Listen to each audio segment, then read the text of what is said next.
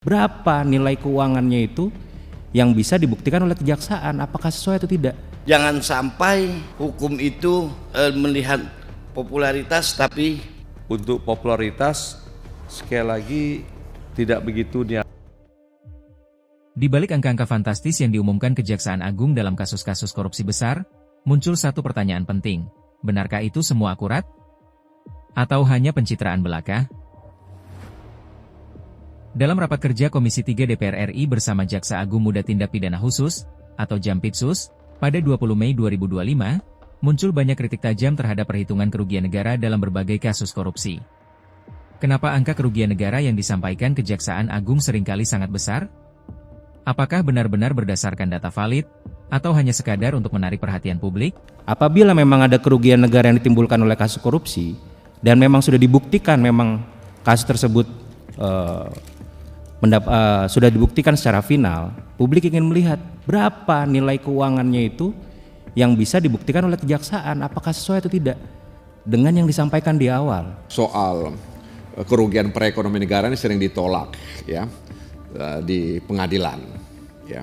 Jadi ini seperti apa ya kita ke depan melihat ini gitu. Salah satu kasus yang disorot adalah dugaan korupsi timah dengan nilai kerugian negara yang disebut-sebut mencapai 271 triliun rupiah.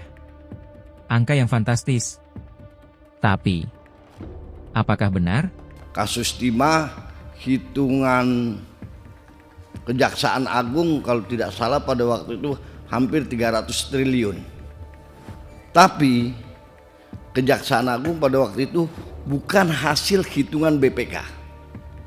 Yang saya takutkan begini Pak, mohon maaf saya bukan curiga, penghitungan kalau tidak dilakukan oleh BPK hanya dengan Kejaksaan Agung, kita takut ada kong kali kong di situ. Kong kali kong yang seharusnya sekian. Ini dalam kasus timah juga saya ada beberapa yang saya baca dan saya amati, ada overclaim Pak. Misalnya yang dinikmati oleh koruptor itu berapa? Tapi Jaksa Agung dari Kejaksaan Agung itu menghitung kerugian dari zaman Belanda dulu Pak misalnya ini kerusakan alam ini sudah sekian, itu dihitung. Ini kan tidak fair juga Pak. Kita kan walaupun mereka korupsi, tapi kita jangan sampai menzolimi orang. Kita ini penegakan hukum harus sejujur-jujurnya dan harus apa adanya. Jangan karena keinginan masyarakat, jangan sampai disandra. Oh Kejaksaan Agung biar ingin dikatakan oh kami superpower, kami terkuat, kami bisa mendapatkan uang banyak. Oh kita sangat bersyukur bisa seperti itu. Tapi jangan sampai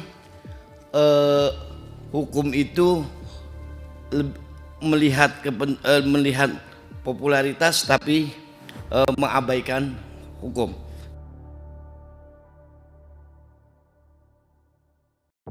Menanggapi pertanyaan itu, Jampitsus menjelaskan bahwa angka-angka tersebut bukan asal sebut. Menurutnya, jumlah kerugian negara yang disampaikan Kejaksaan Agung bisa dibuktikan di pengadilan dan bahkan telah disetujui oleh majelis hakim dalam beberapa perkara. Bahwa tadi ada dari Pak Hasbi yang mengenai kerugian negara. Kalau kita maju ke persidangan, ini pasti sudah dihitung oleh auditor, kalau tidak BPKP, BPK yang kita biasa gunakan. Dan ada ahli. Seperti contoh real adalah kasus timah. Nah kalau timah kita pastikan kerugian lingkungan hidup 271. Nah ini kita bawa ahli, dia bawa ahli Pak. Maka diujilah di persidangan. Yang kita juga tidak begitu paham detail menghitung bagaimana lingkungan itu rusak. Bagaimana masanya, apakah dari zaman Belanda atau zaman, tapi itu diuji. Mereka bawa ahli, kita bawa ahli. Kebiasaan sidang kalau menyangkut itu intelektualitas, menyangkut ada satu sangkaan yang menyangkut keahlian, nah itu biasanya diuji betul. Dan di tingkat PN putus Pak Hasbi bahwa ini kerugian negara. Di tingkat terbukti semuanya. Hakim memilih apa yang didakwakan jaksa. Di tingkat PT, hakim sependapat, cuma belok sedikit dia, bahwa 271 ini maunya penerapannya pakai undang-undang lingkungan hidup. Tapi sepakat. Dan sekarang ini belum putus, masih di tingkat kasasi. Nah itu kalau kira-kira kerugian negara yang seringkali menjadi polemik. Ia juga membantah keras anggapan bahwa pernyataan kejaksaan hanya bertujuan menarik sorotan media. Menurutnya, setiap angka yang disampaikan telah melewati proses penghitungan bersama BPK, BPKP, atau ahli yang ditunjuk secara resmi.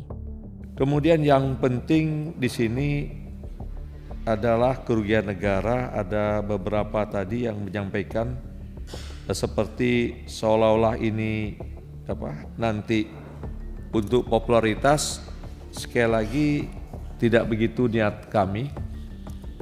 Yang kami sampaikan kerugian negara awalnya itu memang dari